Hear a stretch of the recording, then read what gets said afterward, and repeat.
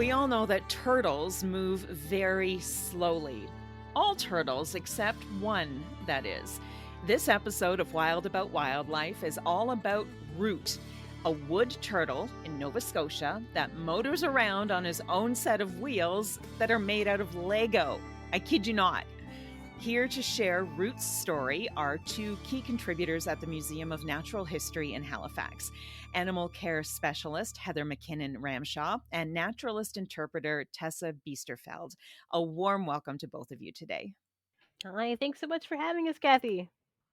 Yes, thank you very much, Kathy. And for those of you who are tuning in for the first time, thank you for spending some time with us. I am your host, Kathy Mueller, and I'm thrilled that you can join us today. I think it's going to be a fascinating conversation. So, Root the wood turtle. It sounds like he has quite the story to share.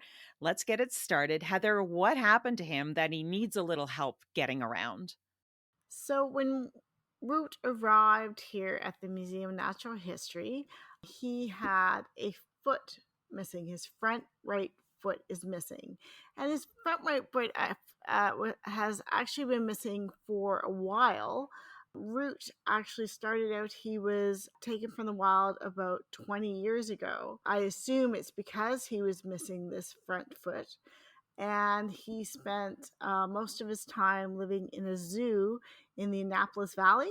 And then that zoo closed and he needed a home. So the museum took him in. So when we took him in, we would take him for a walk. We take him for at least 3 walks a week on our floors. We got him in September, so we were taking from walks outside, but then of course it gets cold.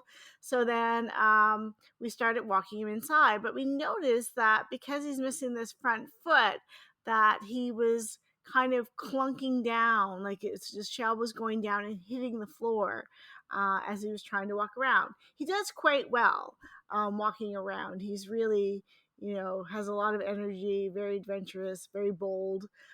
Anyway, but we noticed some wear on the underside, on his plaster, on the under part of the shell in the front where his foot was, where it kind of goes down. And we don't want wear in his shell, so we had to think of a way to kind of lift him up as he walked on our floors. And so why do you not want wear on the bottom of his shell? Like, what could that eventually lead to? Well, it could lead to, he needs a shell on the bottom, so it can lead to injury, but also infection as well. Sometimes you can get infections underneath the shell, especially if it's damaged. So we don't want that. So that's why. Okay. And then Tessa, I understand that it was your creative genius that came up with the idea of using Lego to try and figure out a mobility aid to help him get around. Yeah, so a long time ago, before I worked in museums, I actually worked in a toy shop in Ottawa, and we used Lego for all sorts of things. And so it's a lot of fun to use, but you can come up with some creative solutions for it as well. So I don't believe I'm the first person to think of using it as a mobility aid, because Lego has a lot of different advantages. It's super durable, it's washable, we know it's non-toxic, and it's also interchangeable. So we're trying to think of different things that could help Root, that would be comfortable for him.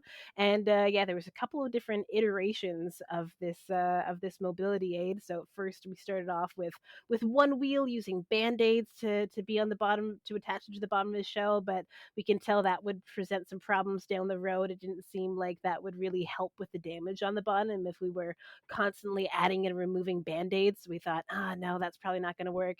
And we had actually had, as Heather mentioned, we started walking Root inside during the winter time. So it was only during the winter that I started to notice that damage on his plastron.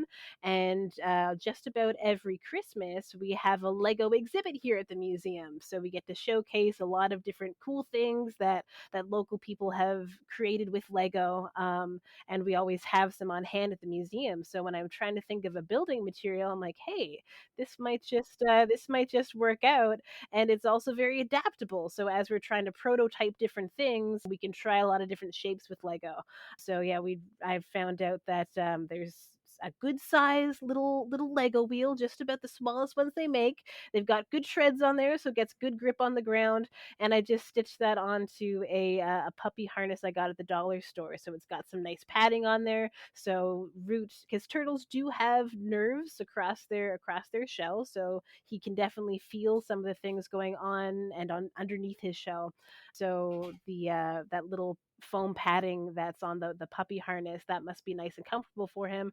And then yeah, we can add or take away whatever pieces we need as we see him, if he's gonna change or grow at all. So as Heather mentioned, Root is over, we estimate probably just a little over 20 years. So he should be about full grown. So we don't expect him to get much bigger, but you never know. So with something like Lego, we can continue to adapt to Root's needs if we need to. And then how did he take to having this device strapped around his body? Yeah, that was a great question, and it was really fun to watch him. Before we had the Lego device, when I did have that one wheel with the Band-Aid, you could see him kind of look around, go, "Oh, I don't really know how I feel about this."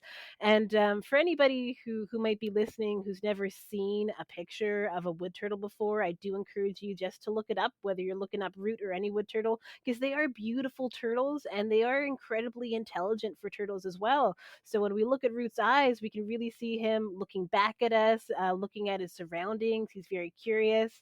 And we took him for a walk in a couple of different exhibits inside. And when we attached the Lego device to him, you could tell he was a little bit unsure, but then very quickly he figured out, hey, this is comfy. Hey, I can move around. And almost immediately he was going into corners of the museum that I'd never seen him show any interest before. I think just because he could, just because he was comfortable moving around at that pace. And you talked about taking him for walks. Heather, I think you mentioned this like three times a week. Is that the kind of the standard exercise routine that he would need, or is he wearing this thing all the time? How's that all working? So wood turtles in the wild do some walking, especially in the summertime. They go into the woods looking for food. So they do a little bit of walking around, about 500 meters. Doesn't sound like much, but it is for for a turtle. Yep. But yeah, so they need some exercise. So his enclosure is big. We're actually working on getting a new, bigger enclosure for him, but it's important that he has a chance to kind of walk around. It's also a form of enrichment for him, so he can see different things and explore different areas. So it's important for him to have a walk. And then is he walking around like the floor of the public area of the museum? Is it something that, visitors, kids can experience and see him up close with this Lego mobility aid? Yeah, so in, like I said, in the colder months, we walk him, or colder days, we walk him inside in the museum galleries. Like during March break, when the museum was really busy, Roots can be kind of intimidated by crowds. So we would walk him like in the offices instead. During that time, and actually now we walk him out in the backyard, and I think he really enjoys it. We have a section of our backyard that we stopped mowing a couple years ago, and it's full of leaf litter and tall grass and branches, and he just loves to get in there. In fact, we have some pictures in there. We have to like, where's kind of do a where's Root, because he's like, he went under the leaves and just like buried himself, and you can see his little head sticking out. And yeah, he likes to go in there and root around, I guess. Uh-huh. um And is he wearing the mobility device when he's outside, or is it just an inside kind of thing? it's just an inside, because outside, because he has the softer grass, and plus he likes to go off road in this rough section, so it would just slide off of it and get caught on something, and that he lose it. So mobility aid is just for inside. And of course Root, because of his foot, he doesn't have the foot, so he has kind of a nub there on the end, and because of his feet, we don't allow him on the pavement or the walkways because it's rough. And also in the summer, that gets really hot, So he's just on the grass. Okay, and then I started, this episode talking about how slowly turtles move. So, is he really motoring around now? Like, how did that all happen? Is he going a lot faster with this wheels?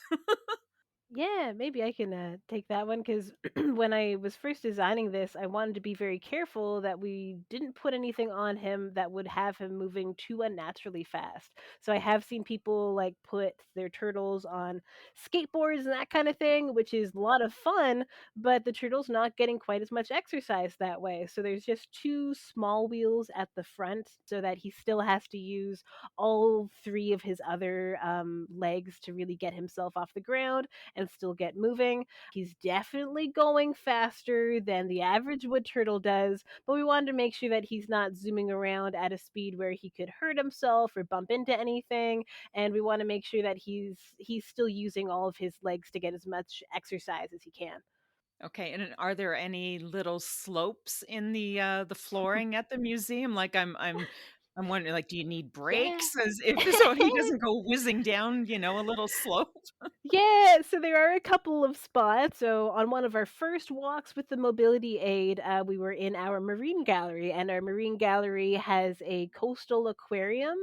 So it's an open aquarium that has sea stars and urchins in there, all sorts of local Nova Scotia life that you would find on beaches and in tidal pools. And it does have a little ramp going up the side so that shorter visitors, younger visitors, can see into the tank. And so it's got one big slope up one side and one big slope down the other. And with our first walk with the mobility aid, he went right over there and he did go down and he seemed to have a good time, but he didn't seem too keen to go back up there again that day. But he does explore it. Luckily, he does still have one whole leg on his left side at the front there. So if he needs to slow himself down, he can. So no use for brakes yet, but we'll see how confident he gets with this. Maybe we'll have to make some adjustments.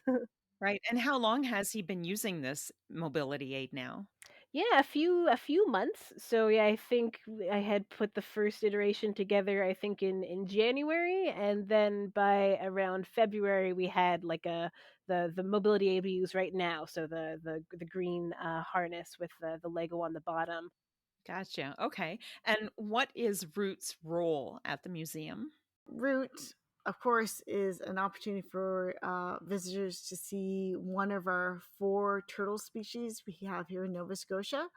And we have wood turtles, painted turtles, snapping turtles, and blandings turtles. And wood turtles are actually a species at risk in Nova Scotia, and I think they're actually a species at risk in Ontario as well. So it's an opportunity to talk about turtles, to talk about species at risk, for people to be able to see a turtle up close, and especially with Root because he's out of his enclosure from time to time walking around, so they get that kind of that close up experience with Root. Yeah, and then so talking about a wood turtle, yeah, we do have them here in Ontario. We have another location, Salthaven West, out in Regina, Saskatchewan, and they do not have wood turtles in Saskatchewan. So, for people who aren't familiar with a wood turtle, what are some of their unique characteristics? Well, one thing with wood turtles is kind of their habitat. So we actually have 2 other species of turtle at the museum. So we have our native painted turtles, and they are an aquatic turtle. So they spend most of their time in and around water. And the other turtle we have is actually a tortoise from Florida. We have a gopher tortoise called Gus. And of course, tortoises are completely on land. So Root is actually that in between, because wood turtles spend a lot of time in the water in rivers, but they do come out and they go into the forest or in meadows to forage for food. So his environment is a aquatic slash terrestrial. Do all of these different turtles interact with each other? Like, does Root get to hang out with Gus? No, well, they're in the same area in the museum. When you walk into our museum, they're in the foyer. But I actually work to not have Root interact with our other 2 turtles, because I want to make sure I kind of keep them in quarantine as best as possible so that they don't pass different things amongst each other. So we haven't, people have asked questions, especially with our gopher tortoise Gus, if he's met Root. So, but no, I have not. They have not met each other yet. I might just add that Gus the gopher tortoises are, especially the males, are a very territorial species, so they don't appreciate having other turtles around. Wood turtles, from my understanding, are a little bit less territorial, but they're still not a very social species. So they're not creatures like, us humans, or even like creatures that we hang out with, like our dogs, that are very social animals, very much pack animals. The turtles that are at the museum are not social animals. They like having their own space, they like having their own territory, and seeing another turtle could upset them. So, yes, definitely, as Heather was saying, to make sure they don't pass diseases to each other, but also to make sure that they're enjoying their time at the museum and they don't feel threatened by another turtle or tortoise coming into their territory. Yeah, and I guess that's something that we do at Salthaven. You were talking a little bit there about engagement, right? Making sure they're enjoying their time wherever they are, and we do that with the wildlife, both our ambassadors and the patients at Salthaven. So, what kind of engagement do you do to ensure that Root is a happy turtle? He has a little pool in his enclosure and he enjoys going for dips in his pool. And we actually just added a little house, a little shelter. One of the problems that we had with Root is because he likes to explore, is a little adventurous, and he likes to climb. I originally tried to put a shelter in there and he climbed over it. And I was worried that he kind of, would fall off of it. So we recently put he has a little birch bark tent in his shelter right now, so he can go in there. And the other thing too is we also he gets, I would say, wonderful salads. I'm jealous of fruit salads that he gets on a daily basis. They look better than the salads I make myself. So trying to give him a variety of foods. So he every week he gets kind of different things in the salad, though he loves fruit and loves berries, and he will pick and eat the berries first out of his salad, and then he'll get around to like the other things, the vegetables and leafy greens. Yeah, and I might just also add that at our museum, we are still getting to know Root. He's only been here for less than a year, and Heather has mentioned our gopher tortoise Gus. So, for any listeners who might not know, Gus the gopher tortoise is over 100 years old now. He's been Wow. in the museum longer than this building has been part of the museum, so we know Gus's needs very well. But we're still learning a lot about what makes Root unique. And Heather had mentioned the water aspect because wood turtles are different from a lot of other freshwater turtles that we have here in Nova Scotia. So, a lot of the freshwater turtles, like snappers or the painted turtles, they spend a lot of their time in the water and they like stationary water. Whereas wood turtles, they spend their time during the winter hibernating underwater, but they need a running water source. They need a running stream in order to get the oxygen that they need when they're in brumation during the winter time. But Root is a little bit different. Heather had mentioned he spent a lot of years in captivity at a zoo, and from our understanding, he was hanging out in a pond with some other freshwater turtles, which seems like a great place for him. But a pond is very different from a wood turtle's natural habitat. So sometimes when I'm talking to visitors about Root, I'll compare him to I don't know if you guys have seen videos of there's this cat that was raised by dogs. So this cat is exhibiting all of these dog-like behaviors that it doesn't need to do, like it's panting and playing catch and that kind of thing. So when we look at Root, he has his own unique needs because he has his own unique story, and so he did spend a lot of time in this pond with painted turtles, and so he spends, I think, a lot more time in his pool, in his enclosure, than the average wood turtle might. And so we are responding to that as well. So we're going to be looking into getting him a different, more permanent enclosure. We're hopefully going to be getting a bit of a pool in the backyard so that when he goes to the back, most wood turtles during the summertime, they don't need to be hanging out in a pool of water that much, but it looks like that's what Root wants to do. So we're going to accommodate those needs as well. That's fantastic. And earlier you mentioned that Root is over 20 years old. How long do root turtles live? Like, are they going to be in there for the long haul like Gus or at over 100 years old? So a lot of wood turtles don't make it to their adulthood. So when they're younger, their shells are softer. They might fall victims to predation by creatures like foxes or raccoons or coyotes a lot more than they do when they're adults. So I believe the average life expectancy of a wood turtle is around 50 because of that kind of infant mortality rate. But in the wild, I believe there are some known specimens that have made it into their 80s. So Wow. just like, yeah, so they're not a short-lived creature. If they make it to adulthood, they can definitely make it to their 80s, as long as they don't encounter things like predators, or us humans driving around in our cars are a big reason why a lot of wood turtles might not make it to 80 in the wild. But just like Gus the gopher tortoise, the average life expectancy of a gopher tortoise in the wild is same thing, I believe, around 50 to 60. So they're capable of living longer. So since Root is here safe at the museum, he might live a little bit longer than his average life expectancy. We might have him here for for quite a while.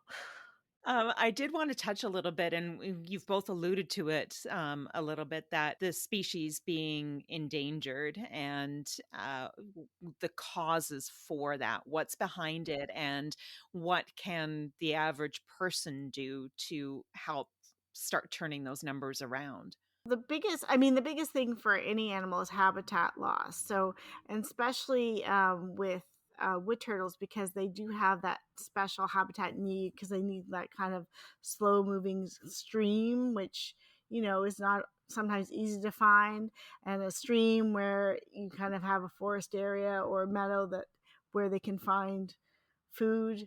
And then the other thing is too, with all turtles, is that crossing roadways and that kind of thing would make it hard. Nest predation is another thing. Another thing with wood turtles, because they come out of the water, it kind of makes them vulnerable. That way, one, for crossing roads and that kind of thing, and but also because they look so beautiful that people pick them up as pets and then discover turtles are not easy pets. They require a lot of care and a lot of space. And so then they decide, well, maybe we should release this turtle back to the wild. Well, in Nova Scotia, we only have little pockets where these turtles live. And if they're not released back to where the person found them, then they will wander around and never mate, because they will never find another wood turtle. So that's one of the problems with wood turtles, especially. And I might just add, because Heather, you mentioned the habitat loss, which of course is a big problem for, like you mentioned, lots of different species, not just wood turtles. But since wood turtles do kind of have that, yeah, they really cross that threshold. So they like the running waterways and the streams, but they do also need the woodlands. And so if you are a person who is a property owner in the range of wood turtles, and that range is a lot of different provinces. So we have them across Nova Scotia into Quebec, I believe, New Brunswick, Ontario, and then into some of the northern United States as well. If you are a homeowner or landowner in those areas and you are within the wood turtle range, do make sure that you're being as kind to that environment as you can, because they do need fresh, clean water. So if you're doing things like, if you have a agricultural facility, if you have a farm, do be careful of runoff toward that waterway. But even small things, like if you have a waterway that can support wood turtles going through your property, maybe don't mow to the edge of that. Even things like raising the height of your mower so that it can go above turtles instead of accidentally slicing into any that might be on the ground. That'll help not just turtles, but a lot of other creatures that are crawling around, a lot of amphibians as well.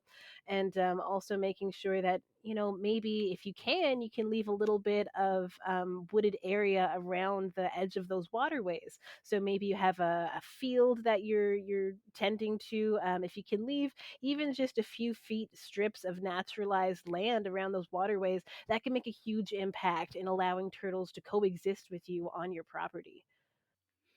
I'm speaking with Heather McKinnon-Ramshaw and Tessa Biesterfeld from the Museum of Natural History in Halifax. And um, before we wrap this up, you talked about pets and turtles as pets. is it something you would just, advise people just don't do it in general, regardless of what species of the turtle? Or are there certain turtles that are okay as a pet? In Nova Scotia, it's illegal to have turtles as a pet. So you can't buy them, you can't sell them, and you can't keep them. When they came through, there's some turtles that were grandfathered in if you had a turtle as a pet, but it's something that you're not allowed to have in Nova Scotia. And that's one of the reasons why, is because they are not an easy pet, and then people would release their turtles, especially the red slider turtles. And those turtles are now, they have, some red sliders have been released, and they're impacting our native turtles. So, I mean, in Nova Scotia, you're not really supposed to have them. But if, I think any pet, to carefully consider how long are you going to have it, the size. I mean, one trap that people get in with turtles is they buy them as babies, and they're not educated on, and you need one size of tank when it's a baby turtle, but when Right. it grows bigger, you're going to need a big aquarium or terrarium to hold that turtle. And as we know, like our turtles, our tanks have to be cleaned out weekly, daily, and they also have to be fed on a daily basis, and fed, like I said, the root gets a really good salad Yeah. every day. And so putting that together, and he also gets protein as well. So knowing kind of the variety in diet, it's not just fish flakes. And then just getting back to Root and his Lego device. And Tessa, do you see the opportunity to take a Lego contraption and perhaps adapt it should another animal at the museum need support in some way? Like, where is this just the beginning? What are the possibilities of where this could go?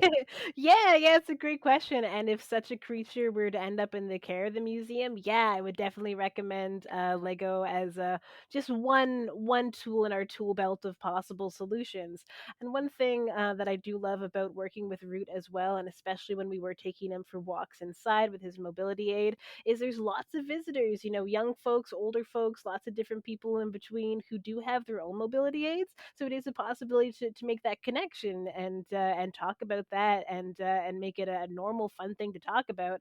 And there have been some younger visitors who are visiting with their own unique mobility aids and who also work with Lego. And I think that the possibilities with that kind of tool are really endless. And so, yeah, maybe I've only got one or two ideas, but somebody who sees Root might be inspired by him to create something else as well. I was going to ask if either of you have like a special memory or story of Root that just sticks with you, something that he might have done or exhibited, or just is there something there that you just love?